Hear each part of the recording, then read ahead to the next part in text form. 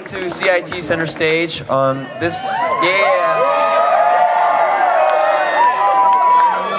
This is a special night. The CITs have been working for about 2 weeks on this, day after day, and it's been a long, awesome struggle. And so tonight it's going to be a little bit different, as you can already tell. It's a little more serious, so there won't, as you can see, there's any awesomeness up here. I'm sorry. Although we are still going to have fun. And I really just want you guys to focus on what the people tonight will be saying, because these are your peers. They are your age, and they'll be telling you things that you can easily relate to because you might be going through it yourself. So for our first testimony tonight, I would like you all to welcome up Anyang.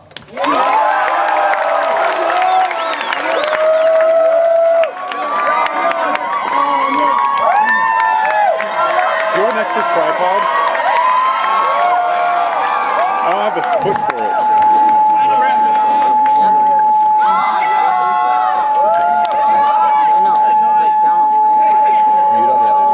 It's all muted.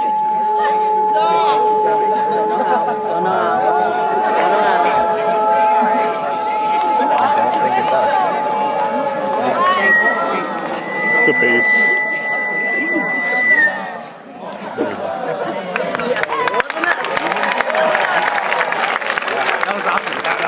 Do it again.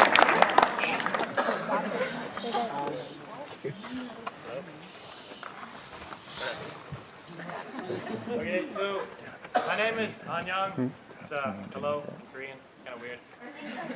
And I am here to talk about how Jesus can fill that empty, lonely feeling that all of us has had in our life before.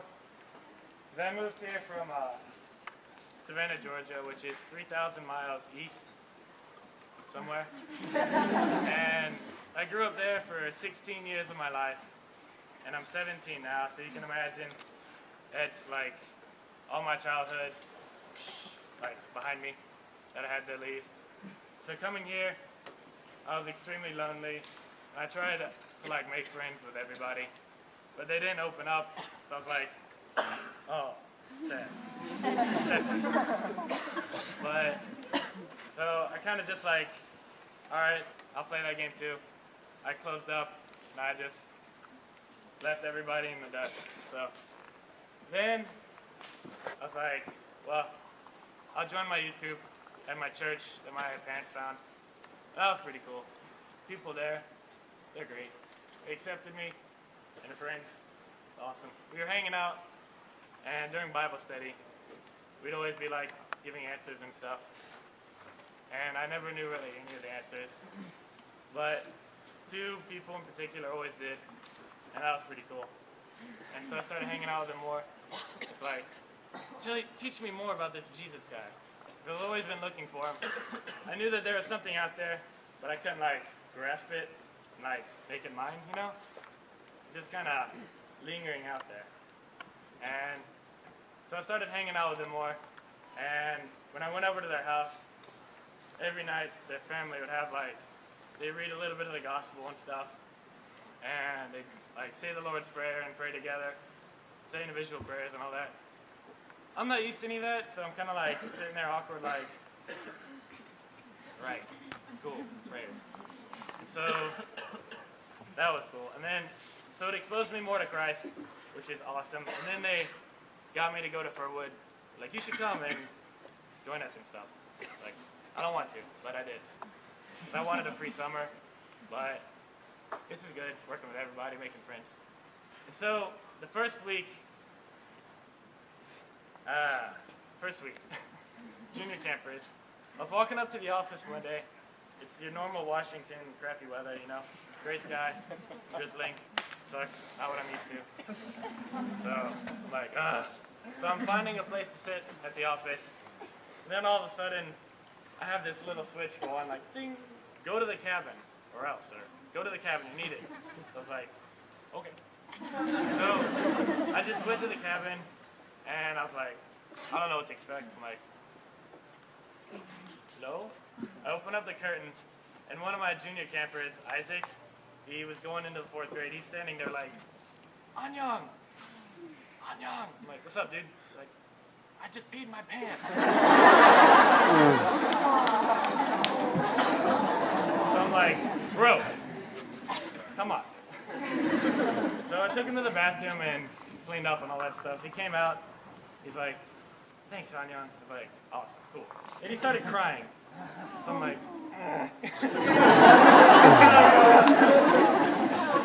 so I'm like, all right, man, come here. So I take him over to like the coach's corner, you know? Give him that little prep talk. I'm like, dude, nothing to be embarrassed of. I pee my pants all the time. Like, I did it this morning. Okay, so I make him happy. He's all like, yay, sunshine and stuff. So we're walking back up the hill. He's like, you know what, Anyang? I was thinking about like prayers and stuff, and I was praying that you would come, like you were Bosco, you or Bosco would come up to the cabin and like help me out, save me from embarrassment, and just be there for me. And literally like within 30 seconds or 20 seconds, you opened up the curtain and you were there for me. And I was like, whoa. And so it was just like that instant connection I felt, like someone else praying for me to take action on something that I had no idea, and then like feeling it in my mind, just like, oh, go to the cabin. So I did. And then him telling me about it was just like, boom, I found Jesus. It was awesome. So after like 17 years of like looking, I finally found him, and it's all great. And so now I don't really feel empty inside anymore. And, you know, everybody has their bad days and stuff, but my bad days are like, they used to be under the stage low, but now they're just like low. But most of my days are high. It's great. And I'm always praying about Jesus and like, thanks for showing me the way, giving me my goggles to you and stuff. And so it's great. And the verse, pretty cool. So Isaiah chapter 41, verse 10 says, fear not, for I am with you. Be not dismayed, for I am your God. I will strengthen you. I will help you. I will uphold you with my righteous right hand. So that just like stuck to me. I'm like, yeah, righteousness. Awesome. So that's my testimony.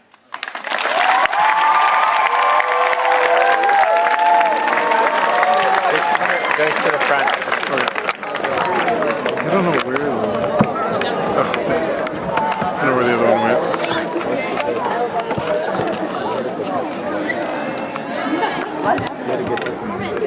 Thanks, Grandma. Wait, what? Oh, And then you use the wheel. good job on What's that? Oh, this guy? You spin it back towards you. Oh, yeah. Just funky.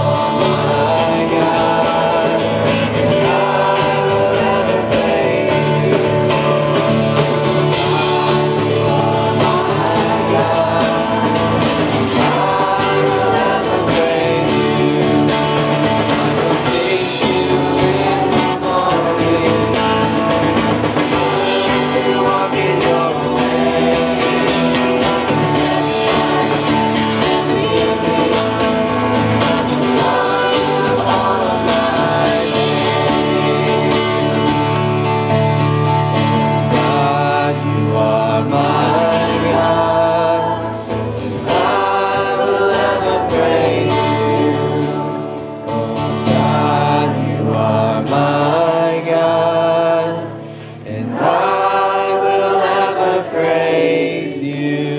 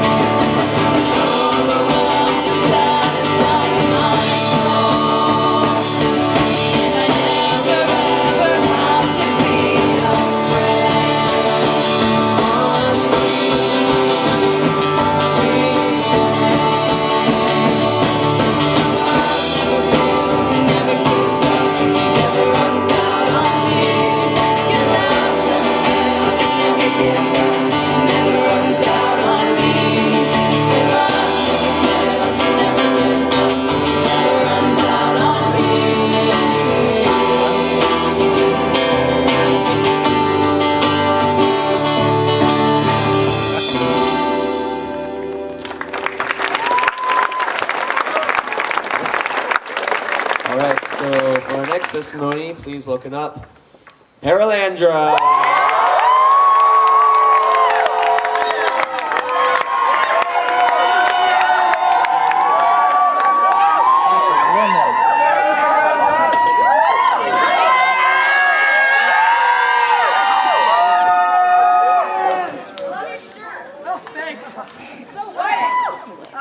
I'm Carolandra.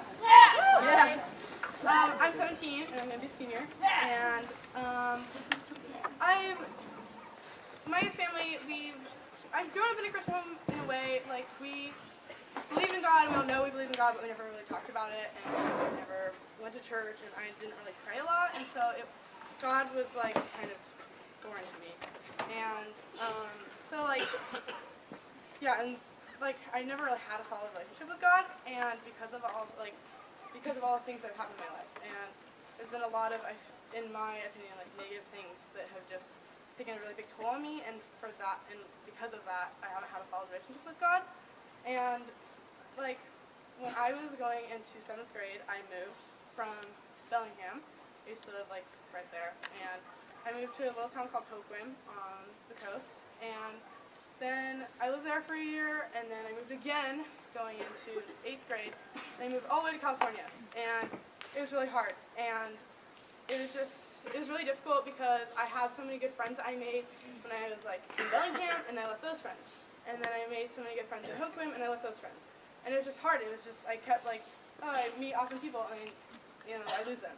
And then when I went to California, I didn't have a lot of solid friends and people I could count on, and it was hard, and I was really depressed a lot, and I was really alone, and it was hard, and I was really angry with God. It was like, why would you do something like this to me? Like, I was so happy and I had the perfect life, and you just took it away. Like, why would God do that to me? And then I was angry with my dad because we moved because of his job, and like, why would he do that to me too? It was really difficult for me to even think of why someone would do that to me. And so it took a big toll on me and my dad's relationship, which was definitely really difficult. But while all the things that have been happening and were happening, I was constantly coming to Furwood. I was a camper for like 8 years. And every time I'd come to Furwood, I'd realize how great God is and how many great things he can do for you if you just like believe, and that he wanted to help me.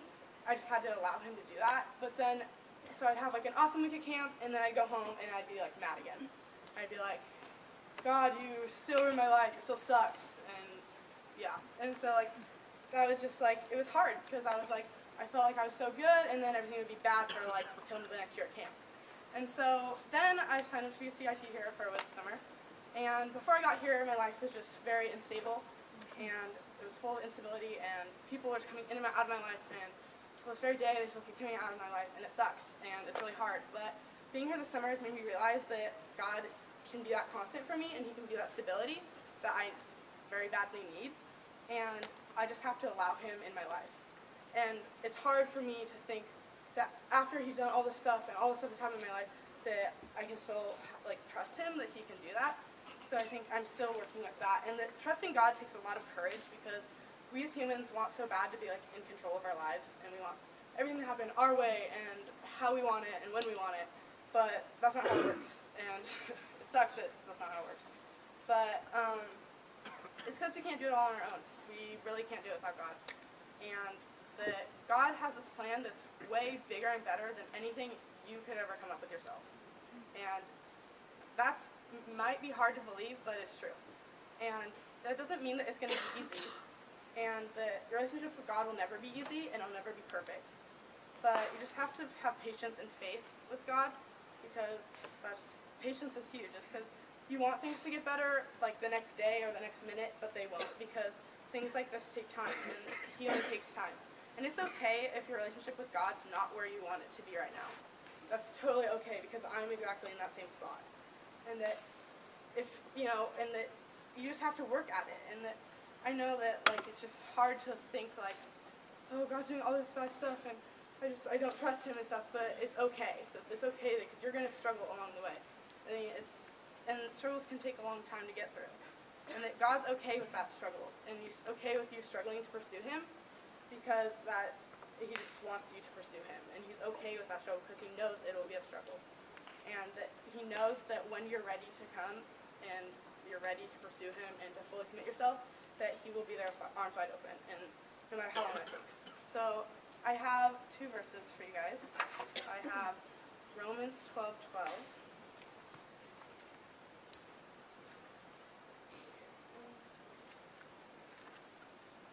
It says, rejoice in hope, be patient in tribulation, and be constant in prayer.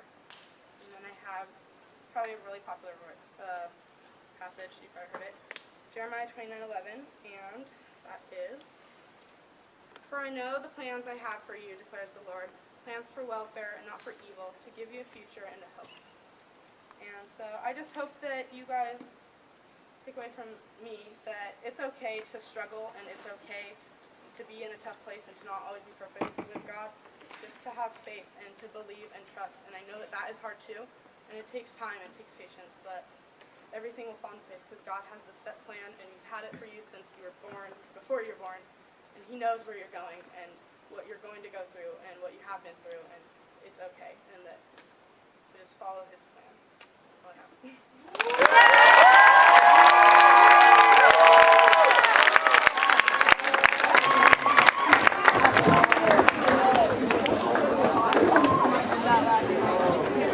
Did you get enough to eat? Hannah?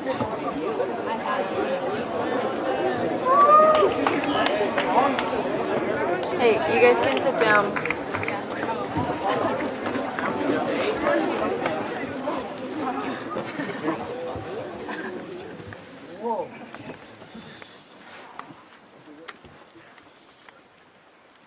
So weary, and dreary. Stop this mind from racing all the time. Restless peace, come hither, be mine. It was here earlier, but now it's long gone and out of sight on this restless, sleepless, clogged up left nostril night. I remember sleep and what a comfort it was, but now all it does is leave me lacking. 'Cause even there, these thoughts just won't stop yakking. Holy Spirit, manifest this being, comfort this soul, so I may start singing of that peaceful feeling any minute now you will be bringing.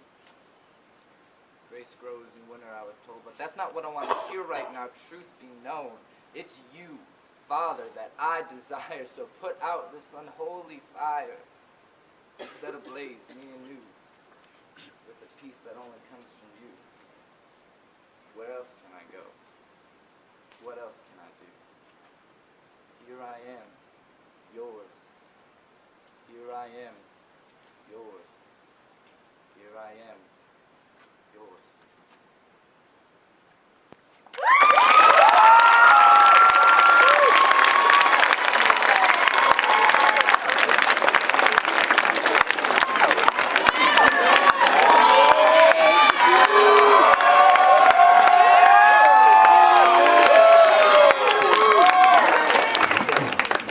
CIT!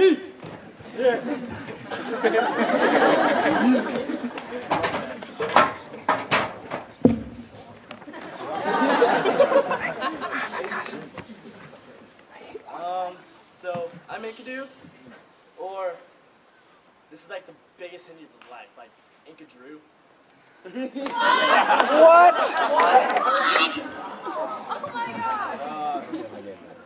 Say, I'm CIT. Curtsy is my counselor, and Sue, I was born into a Christian family, but like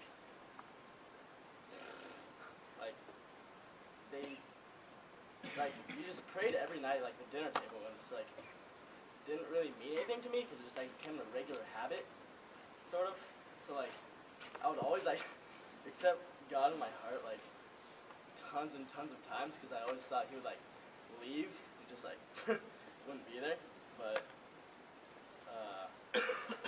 just like I don't know, like it just kind of sucked. But as I got older, kind of understood more that like he is like always there.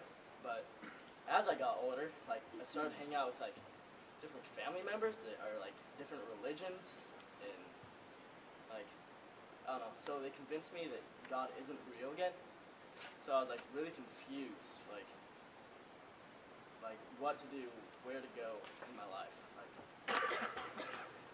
So through that, I got into some like hard drugs and like worst time of my life. It sucked, and just like when I got into drugs, just like it sucks. Like at your age, like all of you are just like maybe in high school everybody's all like party yeah, just like whatever. But like when I was like as I did all those stupid things and whatever, like I learned that like he is real again, if that makes sense. Like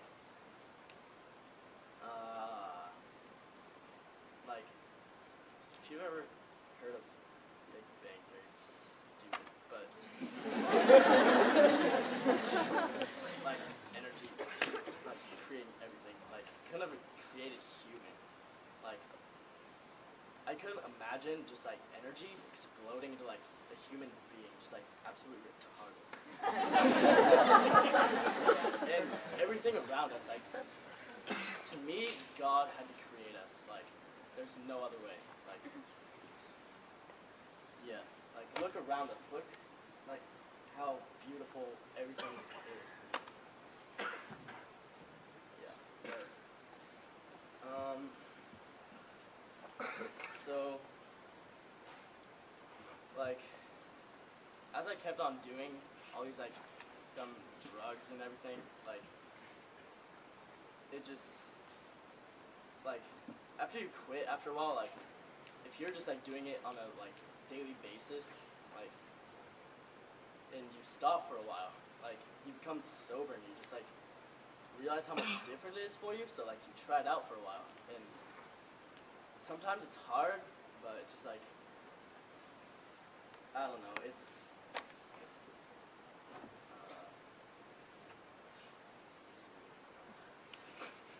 but like, I realized how just like ridiculous the things that I was doing, like, see, you don't, when you're younger, you just like think about like, no, I'm never gonna do that drug or like whatever. That came to me, I guess, and just like it was really like it hit me hard. I was like, I need to quit now. So after I quit in March, like I was not a good person. It was just like I want to punch people in the face all the time, and just like it sucked, but. Like, God is here for us. When we're having troubles, we can pray to Him. When, like, just, like, pray to Him to help out and, like, try to get things over with. If troubles come your way, consider an opportunity for great joy.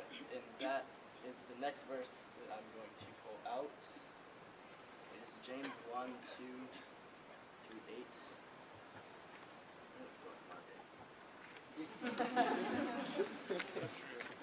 Okay. Say, dear brothers and sisters, when troubles come your way, consider an opportunity for great joy. For you know that your faith is tested as a when your faith is tested, it has a chance to grow. So let it grow. For when your endurance is fully developed, you'll be perfect and complete, needing nothing. If you need wisdom, ask our generous God, and He will give it to you. He will not rebuke you for asking, but when you ask Him, be sure that your faith is in God alone. Do not waver, for a person with divided loyalty is as unsettled as a wave of the sea that is blown and tossed by the wind. Such people should not expect to receive anything from the Lord. Their loyalty is divided between Him and the world, and they are unstable in everything they do. So,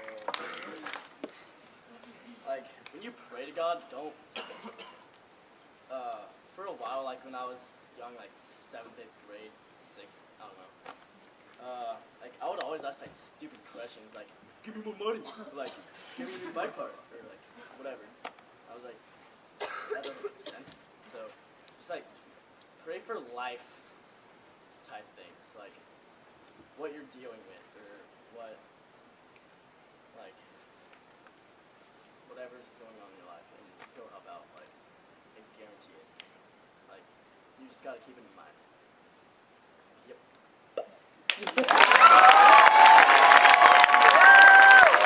Watch out! I mean, wait, what's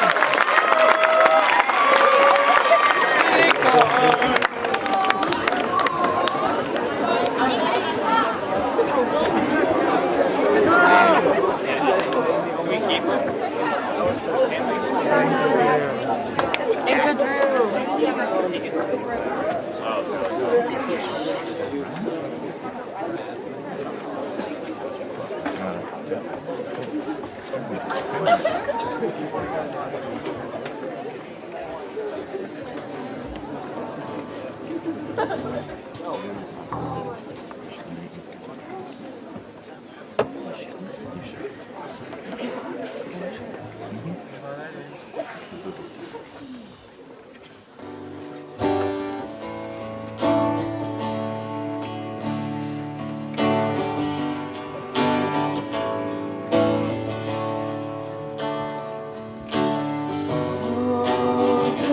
day I wonder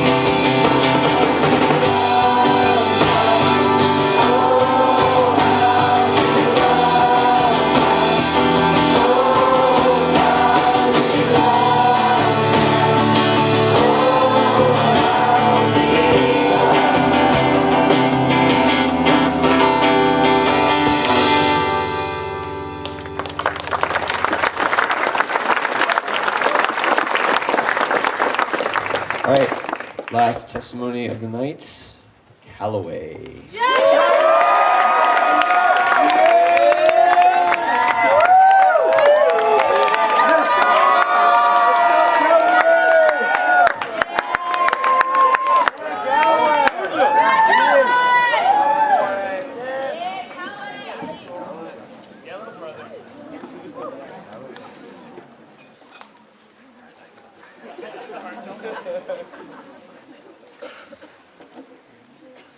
I'm just getting ready. So, yeah, I'm Callaway, and before I actually do start, I'd like to say, Montag, thank you for this bookmark. This makes my life a lot easier for finding my verse. And so, this is annoying me.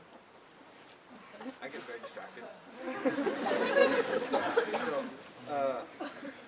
I'd like to say just my verse before, and while I'm talking about my testimony, I'd like you guys to think about it and relate it back, and I'll tell you how I've always taken it, how I've kind of taken it to me. It is Psalm 3. O Lord, how many are my foes? Many are rising against me. Many are saying to me, there is no help for you in God, Selah. But you, O Lord, are a shield around me, my glory, and the one who lifts up my head. I cry aloud to the Lord, and he answers me from his holy hill, Selah. I lie down and sleep. I wake again, for the Lord sustains me. I'm not afraid of 10,000s of people who have set themselves against me all around. Rise up, O Lord, deliver me, O my God, for you strike all my enemies on their cheeks. You break the teeth of the wicked. Deliverance belongs to the Lord. May your blessing be on your people, Selah. So, my name's Callaway, as I probably already just said, and I'm from California, Southern California, and so I have I probably was born into the most perfect situation in life, especially for me. I was born into a family that was well off. I had a very loving family. My parents loved me a lot. I love all my family. I had 3 older brothers, and one of them is here, Android. Love him so much. I love all my family, do anything for them. And then, so, from what I know, I'm pretty sure I lived a pretty normal life up till about 5th grade. Everything was just really great about my life until 5th grade was the first time I ever had problems with depression, and the first time I ever tried to kill myself. And so I kind of would continually have problems like that for a while throughout my life, and continually would happen. And then in 8th grade, about halfway through, during a church trip thing, I don't remember what it's called, I realized something happened in my past when I was 5 years old. It was something that should never happen to a child ever. It's an unforgivable thing to do to a child. And so that went by. So then I had a really great freshman year. I don't know why. It was a really good freshman year. My brother came back for 2 semesters because he was changing his major, decided to go to Baylor. And so he was gone. That was probably helped me a lot. And then up till about my sophomore, about partway through my sophomore year, is when I started having my problems with depression again, and everything was just going, it just was not good again. I just couldn't really feel anything, so to make myself know that I was alive, I started cutting myself, which is not good. And then to make myself feel something and to help cope, I started drinking and doing drugs just to help me with everything that was going on. And then nothing really ever got better from there till my beginning of junior year.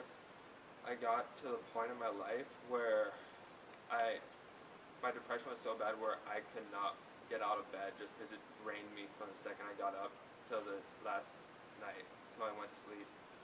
And then that just kept on going on in my life until partway through my junior year. It was the final time I ever tried killing myself. I tried ODing myself on pills. And then the next morning when I woke up, I looked at myself in the mirror and I didn't know what I saw there anymore. I just saw a person that wasn't me. And I just couldn't get anything, and I just finally turned to God, and I just stopped everything there. I still struggle with stuff, I don't do anything anymore, but God just has made my life so much easier, and He is really there. He loves us all, and He just loves me and everybody else here. He loves everybody the same. Now I'll read you the verse again, and I'll explain it to how it goes for me. O Lord, how many are my foes? Many are rising against me. Many are saying to me, there's no help for you in God, Selah. Be you, Lord, our shield around me, my glory, and the one that who lifts up my head. I cry aloud to the Lord, and he answers me from his holy hill, Selah. I lie down and sleep. I wake again, for the Lord sustains me. I'm not afraid of 10,000s of people who have set themselves against me all around. Rise up, O Lord, deliver me, O my God. For you strike all my enemies on the cheek. You break off the teeth of the wicked. Deliverance belongs to the Lord. May your blessing be on your people, Selah. So the way I take this is, I never had any enemies. My only enemy to me was myself and my mind. I just was never good. It was just destroying me, and it made me question a lot of God, because when somebody says there's no hope for you in God, and God isn't there for you, and which is what David was saying when he wrote it for David, he was probably questioning God. But what God did for me is he protected me constantly. I should be dead. I should be dead right now if it wasn't for God. He protected me. He kept me alive. He kept me from becoming extremely addicted to anything. He kept anybody from any authority figures from finding out and possibly screwing up my future. He prevented the thing that happened in my past from possibly making me completely mentally unstable and just never being able to mentally function again without breaking down. But this is how God works. He loves us all. He wants to protect us. He loves us that much. He does not want to see us in pain. And God he may not be able to do it, but if he ever sees you in pain, he'll do his best to protect you, and he'll love you always. And that's it.